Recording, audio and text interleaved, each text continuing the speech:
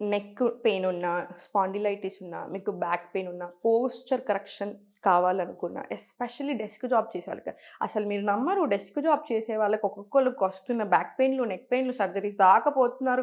మళ్ళీ ఏజ్ చూస్తేనేమో 20స్ జస్ట్ 30స్‌లో ఉంటున్నారు. అసలు ఇంత చిన్న ఏజ్ నుంచి అంత పెయిన్ అసలు ఎట్లా తీసుకుంటారనుకుంటున్నారు? సో, ప్లీజ్ దీనికి ఏం చేయాలి? అండ్ ఆల్సో కూర్చొని రిప్రొడక్టివ్ హెల్త్ మొత్తం ఖరాబ్ చేసుకుంటున్నారు. కంటిన్యూయస్‌గా 6 అవర్స్, 8 అవర్స్ కూర్చుంటున్నారు. జస్ట్ బాత్రూమ్ వస్తే మధ్యలో లేచి ఎళ్ళొస్తున్నారు. అలా ఉండకూడదు. కంపల్సరీ ఎవ్రీ 1 అవర్‌కి ఒకసారి జస్ట్ సీట్‌లో నుంచి లేవండి. లేచి ఒక 4, 5 అడుగులు జస్ట్ ఒక 5 మినిట్స్ వాకింగ్ తీసుకోండి. ఉన్న దగ్గరే జస్ట్ 1 అవర్‌కి ఒకసారి. అండ్ 2-3 అవర్స్‌కి ఒకసారి ఇప్పుడు నేను చూపిస్తున్న స్ట్రెచెస్ ప్రాక్టీస్ చేయండి. ఇబ్బంది అవ్వకుండా ఉంటుంది జాయింట్స్‌కి. ఫస్ట్ వచ్చేసి పోస్చర్ కరెక్షన్ అన్నాను కదా! సో, స్లోగా ఈ హ్యాండ్ తోటి స్ట్రెచ్ చేసుకొని మళ్ళీ ఇటు నుంచి ఇటు స్ట్రెచ్. మళ్ళీ స్లోగా ఇటు నుంచి ఇటు స్ట్రెచ్. మళ్ళీ ఇక్కడ నుంచి ఇటు స్ట్రెచ్. ఇది అయిపోయిన తర్వాత గోముఖాసన్. స్లోగా నెక్ స్ట్రెయిట్ తీసుకోండి. ఇది బాగా హెల్ప్ చేస్తాయి ఈ స్ట్రెచెస్.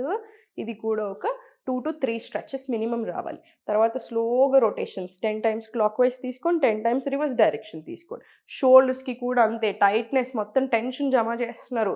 సో, షోల్డర్స్ కూడా స్ట్రెచెస్ తీసుకొని రిలాక్స్ చేసేసుకోండి. అండ్ దెన్ స్లోగా ఊర్ధ్వ తాడాసన్. మోకాళ్ళకి కూడా చాలా చాలా మంచిది. స్లోగా బ్యాక్ రండి, ఫార్వర్డ్ రండి. ఇదొక 5-10 రౌండ్స్ తీసుకోండి.